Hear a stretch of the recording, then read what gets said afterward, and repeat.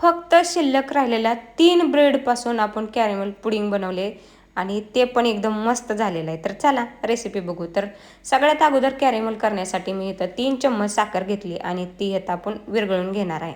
तर थोड्या वेळानंतर बघा बारीक गॅसवरती तुम्ही पाहू शकता तर विरघळलेली आहे. आपल्याला जास्त डार्क कलर आणायचा नाही.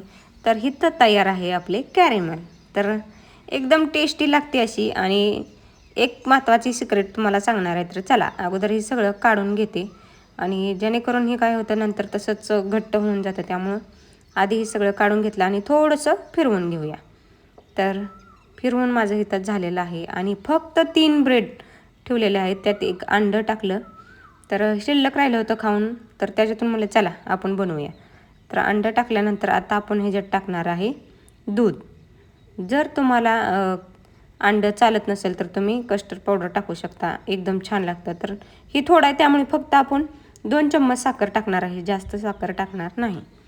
तर हे थोडंसं गार होऊन देऊया.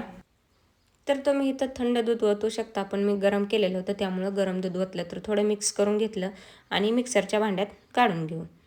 तर मिक्सरच्या भांड्यात इथं बघा काढून घेते आणि मिक्सरवरती आपण चांगलं ह्याला फिरवून घेऊया. तर लक्षात ठेवा इथं ना मी शोधून घेतलेलं आहे कारण की छोटेसे कण जे आहेत ते बाहेर निघतात त्यातून बघा तुम्ही पाहू शकता. तर इथं तयार आहे.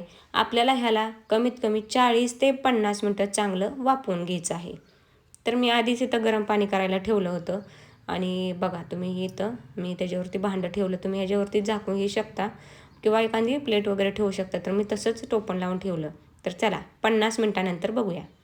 तर बघा इथं एक 50 मिनटानंतर हे तुम्ही पाहू शकता चांगलं मस्तपैकी असं आपलं शिजलेलं आहे. कुठेही त्याला लागत नाही म्हणजे आपलं एकदम परफेक्ट झाले.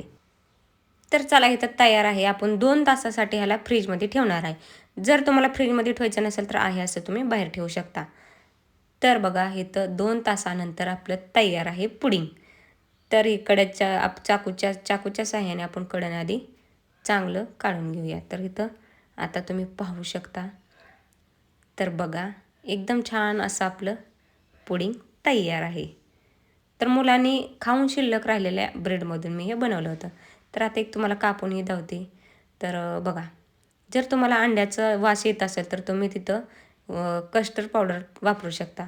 तर फक्त घरातल्या साह्यातून बनवलेलं आहे आपण. आणि एक लक्षात ठेवा तुम्हाला अंडं आवडत असेल तरच अंडं टाका नाही तर त्याचा वास येतो आणि वास जाण्यासाठी आपल्याला वनिला एसेन्स वापरायला लागते. तर माझ्याकडून ती व्हिडिओ स्किप झाला त्यामुळं मी तुम्हाला ह्यात दिसलं नाही तर मी वनिला एसेन्स 1 चम्मच भरून टाकला. त्यामुळे ह्याला अजिबात अंड्याचा वास येत नाही आणि खायला पण एकदम टेस्टी लागतं.